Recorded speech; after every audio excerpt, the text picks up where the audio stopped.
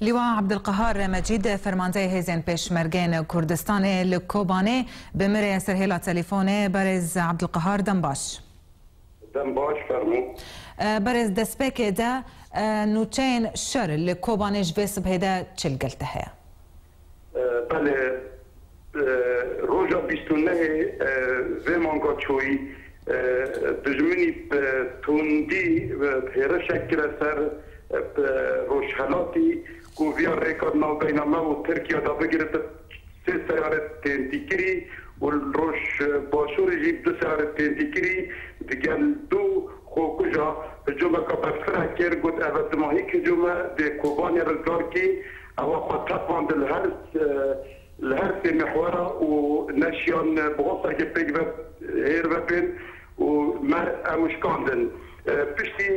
بهولي جاتي عش شويدي ساعات حتى إيفاد الروشهلات وباشور هيرشكا بفرها كده سر جبرت فيكي بيجي وحتى أفرو سبيدي أو هجوم يبردوان بي او شرکت هیرش کریه سر شروان ازمه ازهی بین و شیشانی بین ایک شیشانی امیر اک بینا ببین از عبدالله شیشانی نه بردسته میا و گل پنج لشدی یت داعشا اوجی ازرین ازربیجانی نه و کتین دسته مدا و الحمدلله ما او هجوم امريكا بيكو بيكشكون وكانك سلاح واكد الدست المدى وكانك كانوا بلد العسكري بل مخاطن عندك شرفان شهيد وبريندار بين وامريكا روش يا باشا بلي بله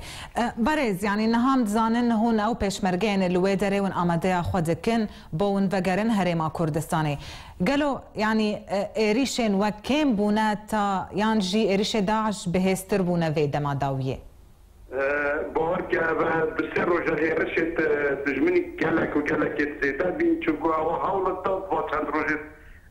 بدا كوباني بقرن بالي با ناشيونو وحتى انه كاجي ضربه كيلوفي كاتيا وامريكا يتطاج بتشوينو امرو راشيا ارام الكوباني بله